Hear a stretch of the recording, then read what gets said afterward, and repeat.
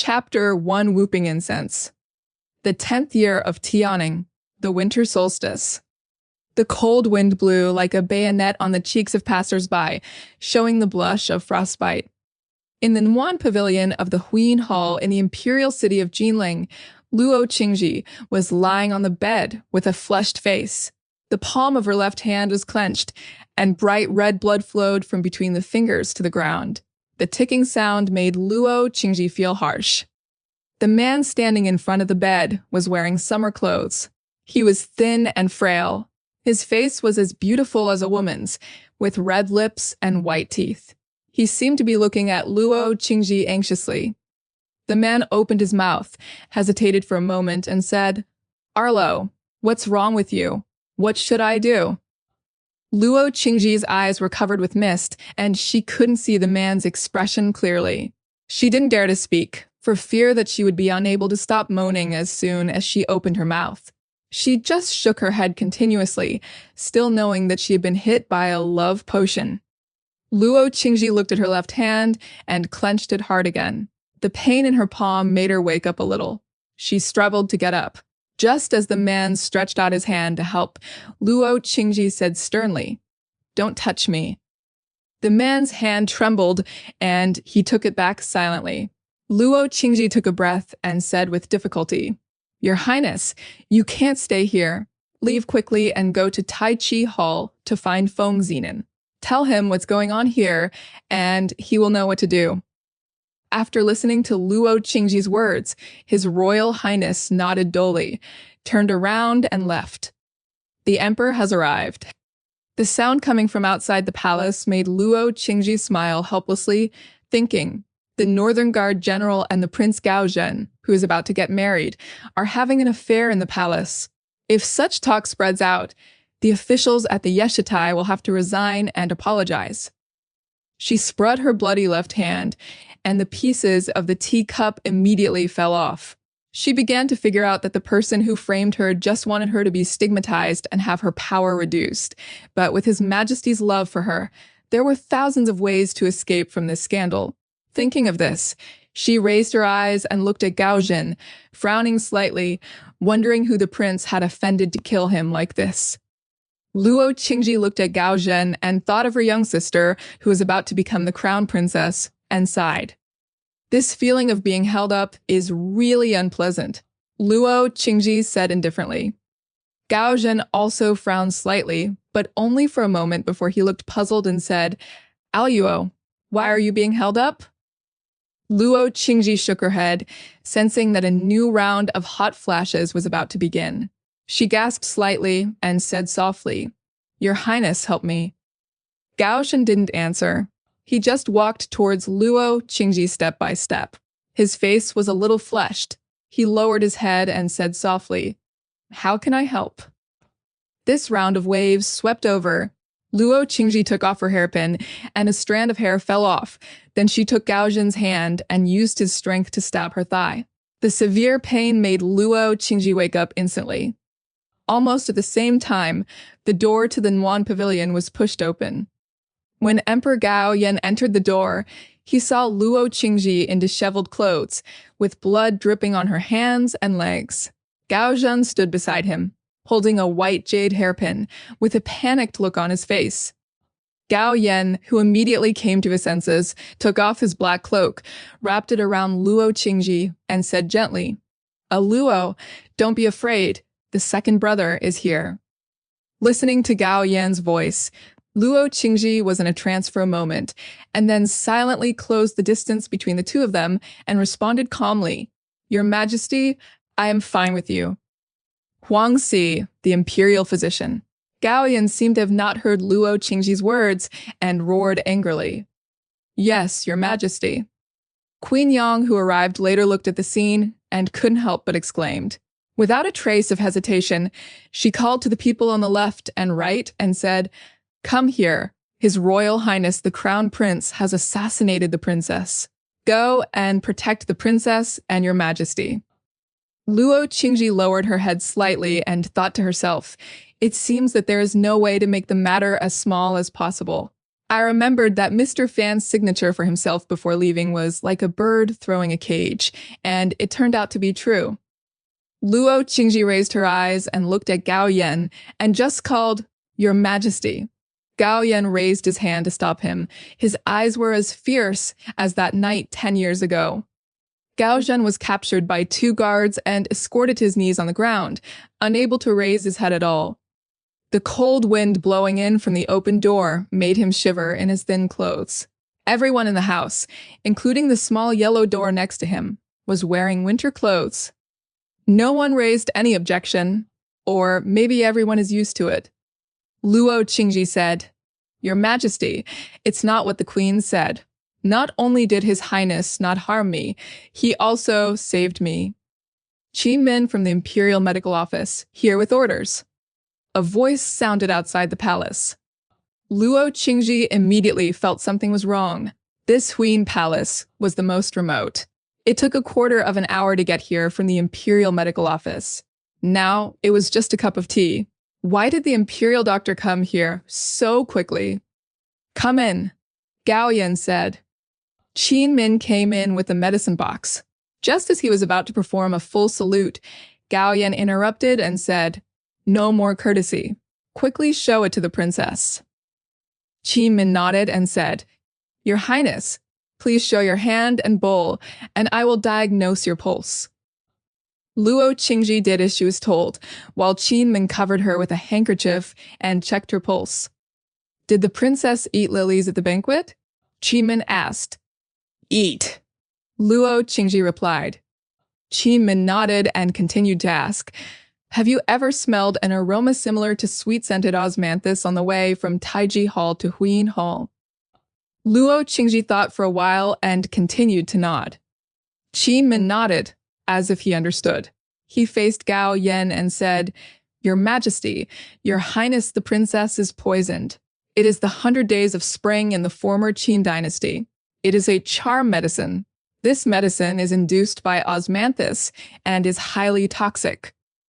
When he heard the word love medicine, Gao Yan frowned, raised his voice, and asked, "Can this poison be cured?" Qin Min lowered his head and answered, "I can figure it out, but Wei Qin needs time." Gao Yan breathed a sigh of relief and said, "Very good. No matter what medicinal materials are needed, just report them and develop them as soon as possible to detoxify the princess." Luo Qingji said, "Thank you, Imperial Dr. Qin." Qin Min resigned.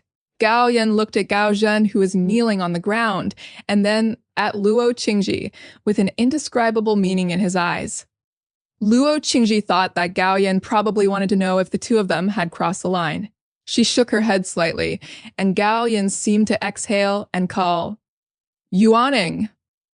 The guard in armor stepped over, knelt on one knee, and said, "I am here.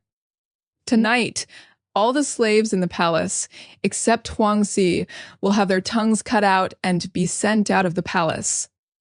After Gao Yan finished speaking, voices begging for mercy were heard one after another in the hall. Luo Qingji seemed to have lost too much blood, and her lips had turned white before she could speak to defend the innocent person. Empress Yang was the first to say, "Your Majesty, you can't. The honor of the princess is naturally important, but sending a large number of palace residents without any reason may be controversial." Gao Yan smiled contemptuously and said, "Then, in the Queen's opinion, how should we deal with it?" Empress Yang seemed to have already thought of her answer. She spoke word by word very fluently. "The princess has guarded Yuzhou in the north for 10 years. She has worked hard and achieved great results. And this year is already 25. It is time to discuss the marriage. I am thinking that the prince is about to marry the princess of Anyang County as the crown prince. The princess of Anyang County and the princess are sisters, so why not?" "Why not?" Gao Yan actually started to smile.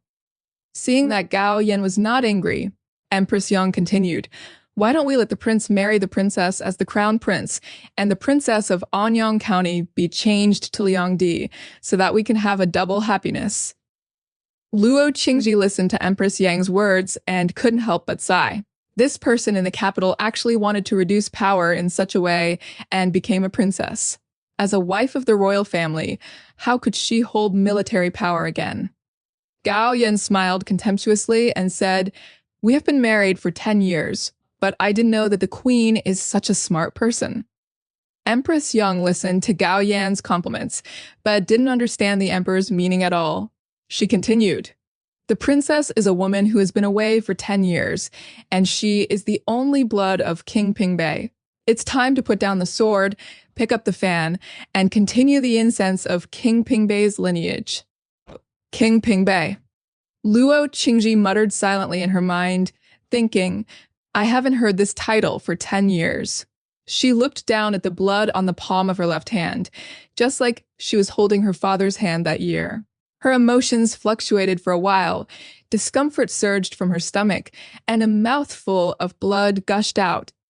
Before she closed her eyes, Gao Zhen, who was kneeling on the ground, suddenly raised his head, looking at her with eyes that seemed distressed and anxious, but not as clear as when they first met. 10 years ago in Suining, it was the same cold winter season. Pingbei King Luo Huai took the 15-year-old Luo Qingji back to Beijing to report on his duties. He met the 10-year-old crown prince Gao Zhen in the imperial garden. When they first met, Gao Zhen was holding a cold winter plum in his hand and accidentally bumped into Luo Qingji. Luo Qingji was stunned, looking at the smiling child with deer-like eyes, young and clear. She tilted her head slightly and looked at the palace man who led her. The man nodded slightly and said, "County Lord, this is His Highness, the Crown Prince." Luo Qingji bowed her hands and saluted, "Join Your Highness, the Crown Prince." The young man Gao Zhen looked at Luo Qingji, who was saluting, shook the wintersweet in his hand, and said in a childish tone, "Sister, you are so beautiful. Noah, I will give you flowers." Luo Qingji stretched out her hands and took the wintersweet respectfully. Some snow stubbles were still hanging on the flower branches. As soon as Luo Qingji took it, she couldn't help but tremble. Gao Zhen noticed all this immediately, took off his cloak and handed it to Luo Qingji. Luo Qingji shook her head and said, "Your Highness is not cold. Your Highness can wear it yourself." Gao Zhen stubbornly wanted to give her the clothes, but Luo Qingji was a little embarrassed. In the end, she could only stretch out her hand and say respectfully, "Thank you, Your Highness." Gao Zhen smiled and stood on tiptoe, putting his cloak on her. With a grin on her face, she said, "From now on, Zhen will buy a lot of beautiful clothes for my sister so that she will look good every day." His childish words made everyone around him laugh silently. Haha, they get along very well. The rich male voice was accompanied by hearty laughter. Luo Qingji looked back, first grinned, and then bowed and saluted. "My maiden attends His Majesty, the Emperor's visit." But Gao Zhen was like a frightened rabbit, taking a few steps back. The palace attendant coughed, and Gao Zhen reacted and saluted. "See, Father." Chapter 2: The Prince of the Common People. Gao Huan did not respond. Instead, he looked at Luo Qingji and said kindly, "Aluo, you have grown so big. I heard from your father that you actually beat your brother in the last archery competition." Luo Qingji lowered her head and said, "Brother, let me go. It's just a fight between brother and sister." After saying that, she walked to Luo Huai and called in a low voice, "Father." Luo Huai touched her head, his eyes filled with adoration. As if he finally remembered Gao Zhen in front of him, he asked coldly, "Why are you here? You should be studying in school today." Gao Zhen lowered his head, trembling, and whispered, Father, Emperor, son, today, sir, I am asking for leave." Gao Huan squinted his eyes and clenched his fists, making a crunching sound. Luo Qingji raised his head and glanced at Luo Huai, who shook his head. As if he had no patience to wait for Gao Zhen's answer, Gao Huan waved his sleeves and said, "Go back to your dormitory and copy 50 chapters of Spring and Autumn. I will see it before you come to court tomorrow morning." "Yes, father." Gao Zhen replied weakly, turned and left. Luo Qingji couldn't help but sympathize with the departing figure, but the conversation that followed completely put her out of such emotions.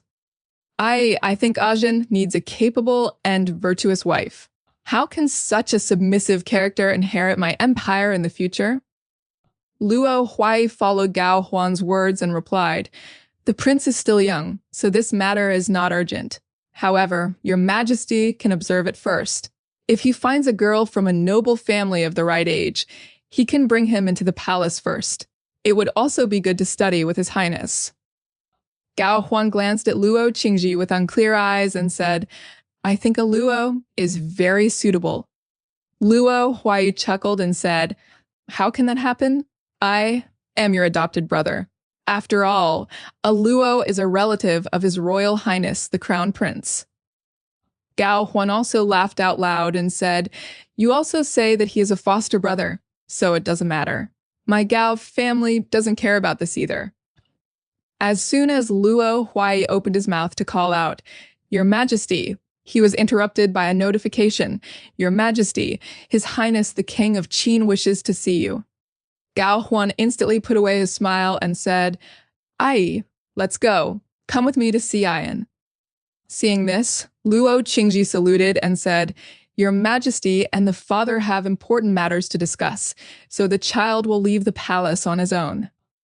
Luo Huai nodded and said, "I'll let Feng Xinan accompany you."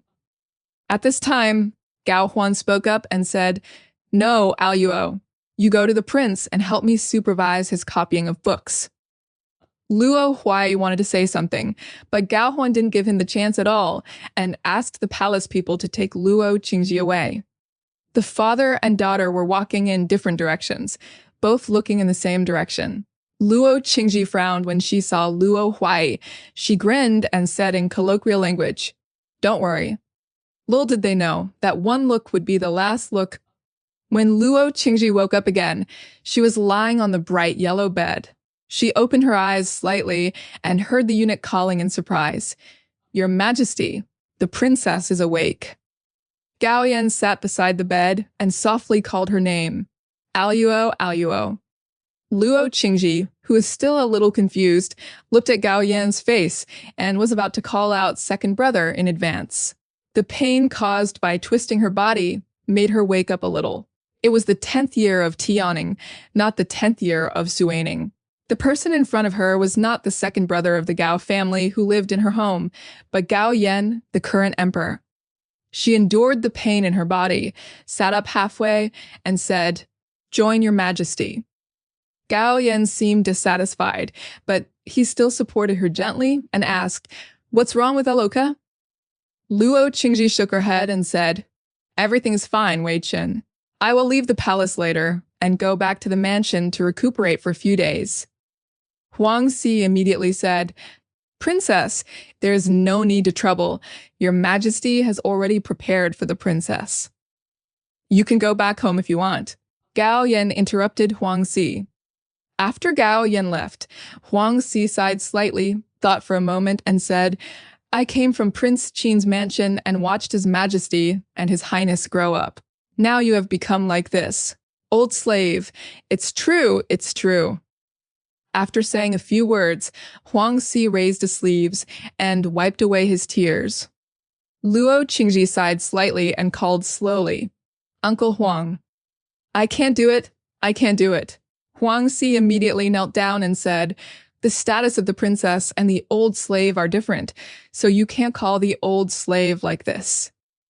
Luo Qingji sighed and said calmly, "Eunuch Huang also knows that I shouldn't call you this because of the difference in status, so why don't your majesty and I have different statuses?" "But that is your majesty, the most noble majesty in the world," Huang Si continued. Luo Qingji nodded and said, "Of course I know that he is the most noble majesty in the world." She didn't want to say anything more, so she put on her white cloak, walked a few steps, and asked casually, "Where is His Highness the Crown Prince?" Huang Si naturally knew what Luo Qingji wanted to ask, but he ignored him and answered, "Since His Majesty was injured 5 years ago, he doesn't like others to intercede for sinners." "Sinner?" Luo Qingji asked in confusion, but couldn't get an answer. Huang Si looked outside the hall and asked loudly, "Is the frame ready?" "Ready, father-in-law." Luo Qingji did not move, but Huang Si couldn't resist and finally stepped back and whispered. After the princess fainted, His Majesty was furious and asked General Yuan to conduct a thorough investigation overnight, and then the poison was found in Concubine Shu's palace. Concubine Shu. Luo Qingji was confused. Huang Si nodded and continued. She is the biological mother of His Highness the Crown Prince. Then what? His Majesty gave concubine Shu poisonous wine in the name of murder. In desperation, His Majesty the Crown Prince claimed that it was himself who had poisoned her.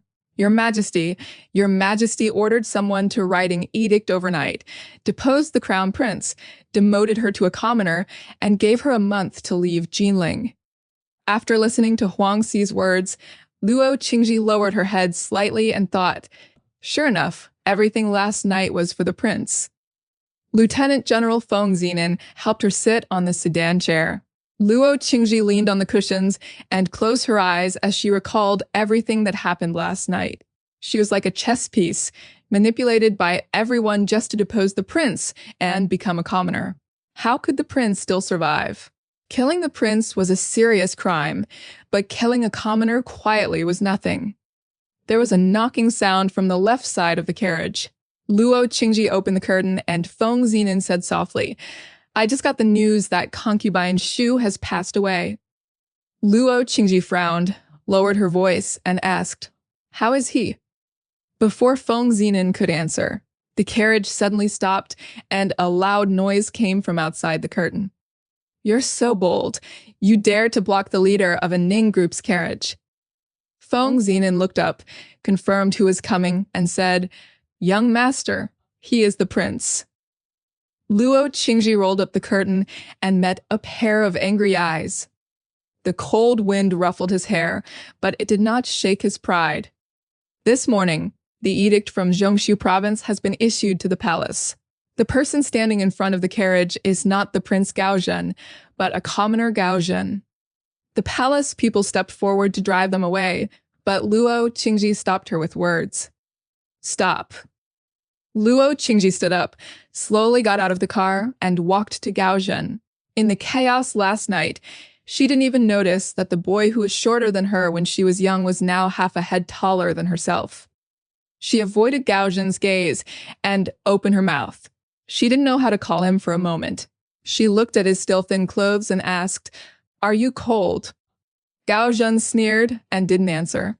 Luo Qingji took off her white cloak and stood on tiptoes to put it on him, just like she did 10 years ago.